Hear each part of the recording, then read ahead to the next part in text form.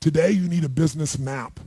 A map shows you the territory so you can say, here's where I am, here's where I want to go. The map is only valuable if you know where you want to go and you know where you are. If you know where you want to go, but you lie to yourself about where you are to try and make it better than it is, you're never going to get there. Who knows what I'm talking about here? Say I.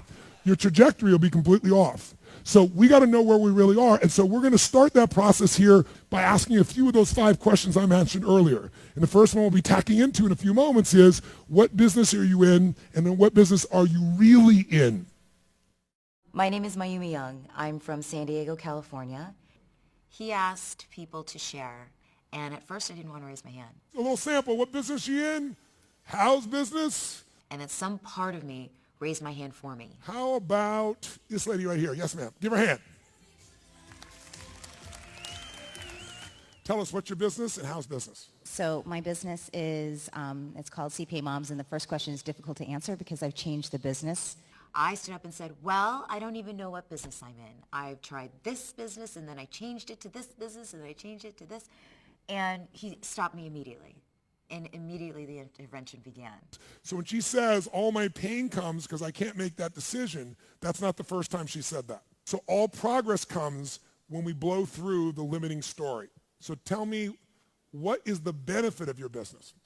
Well, CPA Moms is what we call the e-harmony of the accounting world. So our job is to find talented CPAs who are underutilized, who are moms, who come back into the industry to serve entrepreneurs, providing affordable bookkeeping and tax solutions nationwide. Okay, now how many think that there's probably a market for that? Raise your hand if you think there's a market for that. Okay, now, so here we have a great idea with terrible execution. He started sharing with me things about my journey that the little bit that I shared, no one could know. What's happened is she doesn't have the emotional juice in this because more fear is governing her than hunger. She's got these scabs of failure, which is something she does not associate to herself. She's an achiever. Am I right or wrong? Okay? I felt for the first time that somebody really understood how hard this whole thing was. The effort and energy in building something and people not showing and commitment, and you're dealing with moms who have a million things going in their life and they probably don't always comply at the same level because they've been out of the discipline of working for a while. And then you're trying to connect them. People are expecting absolute exact results and mother, how did I get myself into this situation? Right? You know? All right? This beautiful dream I had was going to fill this big niche that everybody here sees the niche also, but what the hell? And oh my God, I've gone through 3 iterations of this thing and I don't really want this goddamn thing anymore. She has a child she doesn't want, but she doesn't want to give him away. How close am I to being accurate? 100%. One of the questions I'm going to be asking you today is, what's your exit strategy? And many of you are like, exit strategy? I'm just trying to get her to succeed. But if you don't start with the end in mind, you won't get to that end. What I discovered out of that whole stages of business is that, I stopped at the infancy stage in my first business.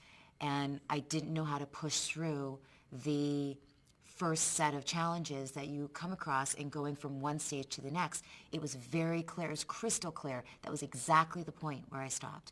And not having the right mentor, not having the right coach, and the right knowledge and mindset more than anything, the psychology Tony talks about. The deepest needs are to know that you're enough and you're loved. When we feel like we're not enough and we're unloved, we failed, we think unconsciously that means no love.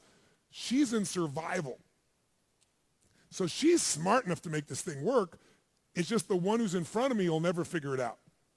But here's the good news. The one who's in front of me, the woman who's in front of me, there are many women that are available in the same body.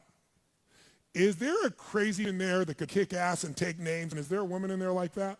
Absolutely. Could I speak to her for a moment? Yes, you may. When he said, just exchange, don't change, I realized that all parts of me were valid. Okay. Get a mentor, get a coach, Yes. take that action. That's the first thing that needs to happen. Implement the 7-7.